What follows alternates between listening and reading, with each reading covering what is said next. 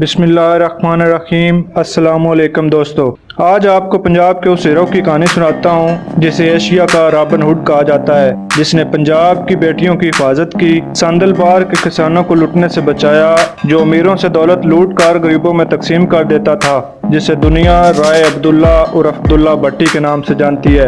دلہ بھٹی کے والد اور دادا کا قتل شہنشاہ جلال الدین اکبر نے کروایا تھا، اور پھر اسی بدلے کی آگ کو بجھانے کے لیے شہنشاہ نے ایک چال چلی اور دلہ بھٹی اور اس کی ماں کو اپنے محل میں رکھ لیا۔ دلہ بھٹی کی ماں سے اپنے بیٹے سلیم اور شیخو کو دودھ پلایا، یوں دلہ بھٹی اور سلیم دو شریک بھائی بنے۔ پھر کیسے بدلے کی یہ چنگاری دوبارہ ایک شعلہ بنی، اور کیسے دلہ بھٹی نے جلال الدین اکبر کو 15 سال تک تگنی کا ناچ نچوایا۔ آئیے دوستو، آپ کو یہ سنسنی خیز کہانی سناتا ہوں۔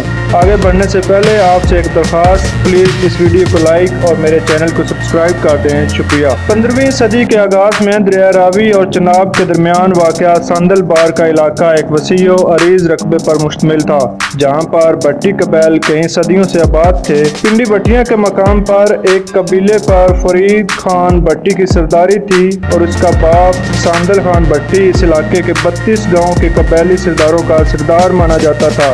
اپنی جوانی میں سردار بجلی خان کے نام سے مشہور تھا۔ ہندوستان پر اس وقت جلال الدین اکبر کی حکومت تھی، جس کا پایہ تخت دلی تھا۔ اکبر کی شاہی فوج ساندل بار کے کسانوں سے زبردستی لگان وصول کرتی تھی۔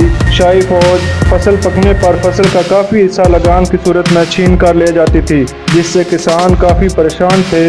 اسی دوران جلال الدین اکبر نے اپنی حکومت بچانے کی خاطر ایک نئے دین، جسے وہ دین الہی کہتا تھا، کا آغاز کیا، جس پر ہندوستان کے مسلمانوں میں تشویش کی لہر دوڑی۔ اکبر کے اس نئے دین کی اطلاع جب ساندل بار کے علاقے میں پہنچی تو سردار ساندل خان بھٹی نے اپنے کسانوں کو زبردستی کا لگان دینے سے منع کر دیا۔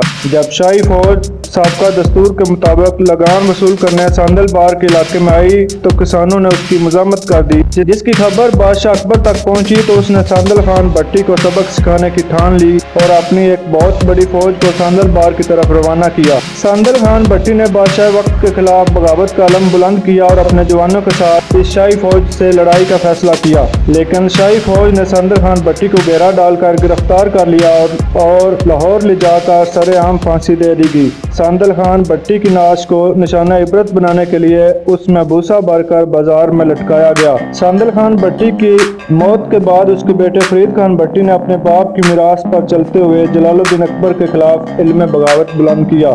جلال الدین اکبر نے اس بغاوت کو کچلنے کے لیے دوبارہ شاہی فوج بھجوائی، جس نے فرید خان اور اس کے ساتھیوں کو گرفتار کر لیا اور ان کو لاہور لے جا کر سرعام پھانسی دے دی گئی۔ فرید خان بھٹی اور اس کے ساتھیوں کی لاشوں کو سرعام لٹکایا گیا۔ فرید خان بھٹی کی موت کے ٹھیک 12 دن بعد اس کی بیوی لدی بی بی کے ہاں ایک بچہ پیدا ہوا، جس کا نام اس نے رائے عبداللہ خان بھٹی رکھا، جو بعد ازاں دلہ بھٹی کے نام سے مشہور ہوا۔ لدی بی بی نے دلہ بھٹی کو سان چڑی تلوار سے بدلے کی گٹی دی۔ باپ دادا کے قاتل سے بدلہ لینا ہی اس بچے کا مقصد تھا۔ جلال الدین اکبر اپنی حکومت میں بڑھتی بغاوتوں سے تنگ آ گیا، اس نے اپنا تخت دلی سے لاہور منتقل کر لیا۔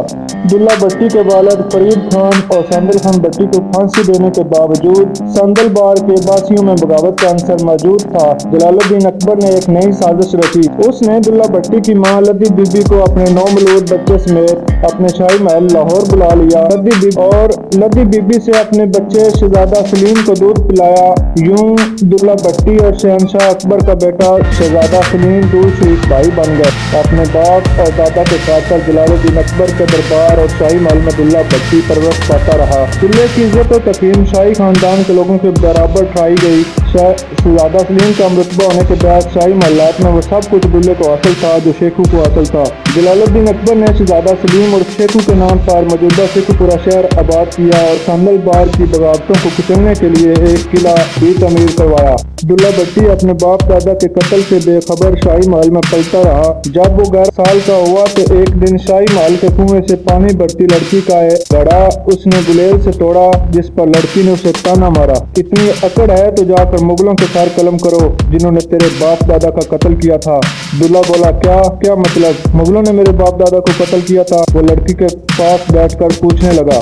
لڑکی بولی، جا کر اماں لدی سے پوچھ، بڑا آیا راجپوت، تو سب لڑکیوں کے گھڑے توڑنے والا ہے، چڑی مار۔ مجھے میری ماں نے کچھ نہیں بتایا، وہ بولا چل بیٹھ میں تجھے ساری کہانی بتاتی ہوں۔ یہ کہہ کر لڑکی نے اسے ساری تفصیل بتائی، جس کے بعد اس کے تن بدن میں بدلے کی آگ لگ گئی، اور وہ ساری باتیں سننے کے بعد اب فوری اپنی ماں کے پاس گیا اور ماں سے اس واقعے کی تفصیلات معلوم کرنے لگا۔ ماں نے اسے سینے سے لگایا اور پھر بتایا کہ وہ خود اس دن کا انتظار کر رہی تھی کہ کس دن وہ عمر کے اس حصے میں پہنچے گا جب تجھے مغلوں کے کیے گئے مظالم کے بارے میں بتاؤں گی کہ کس طرح انہوں نے تیرے جوان باپ اور بزرگ دادا کو ان کی غلامی نہ کرنے پر موت سے ہمکنار کیا تھا۔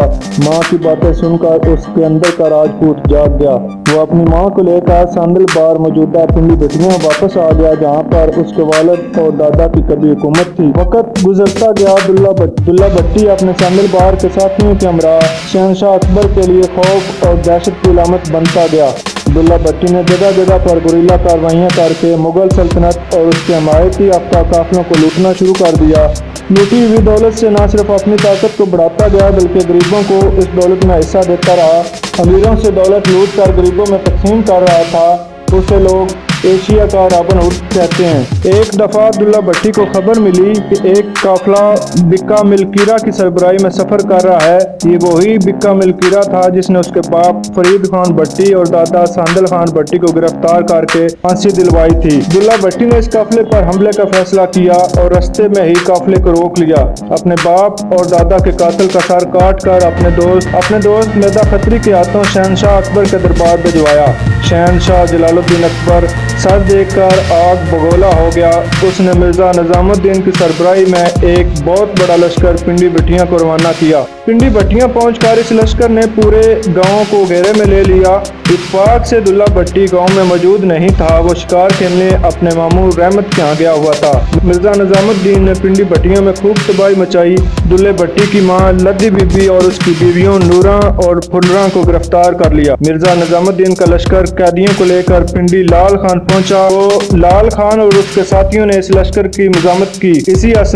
اسی دوران دلہ بھٹی کا ایک دوست روڈ جٹ جو سارے واقعہ کا نشہد تھا، اس نے دلہ بھٹی کو جا کر ساری خبر پہنچائی کہ کس طرح مرزا نظام نے پنڈی بھٹیاں پر حملہ کیا ہے اور کس طرح اس کی خاندان کی عورتوں کو لے کر لاہور کی طرف جا رہا ہے اور اس وقت پنڈی لال خان میں موجود ہے۔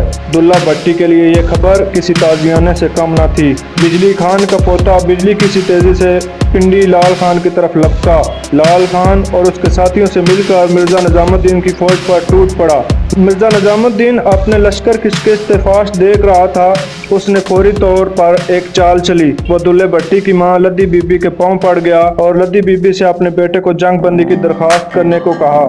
لدی مرزا کی منافقت نہ پہچان سکی اور اس نے اپنے بیٹے کو جنگ بندی کا حکم دیا۔ ماں کی آواز پر لبیک کہتے ہوئے دلہ بھٹی نے فوری جنگ بندی کر دی۔ مرزا نظام الدین نے بظاہر صلح کی درخواست کی تھی، لیکن اس کے اندر منافقت کی آگ سلگ رہی تھی۔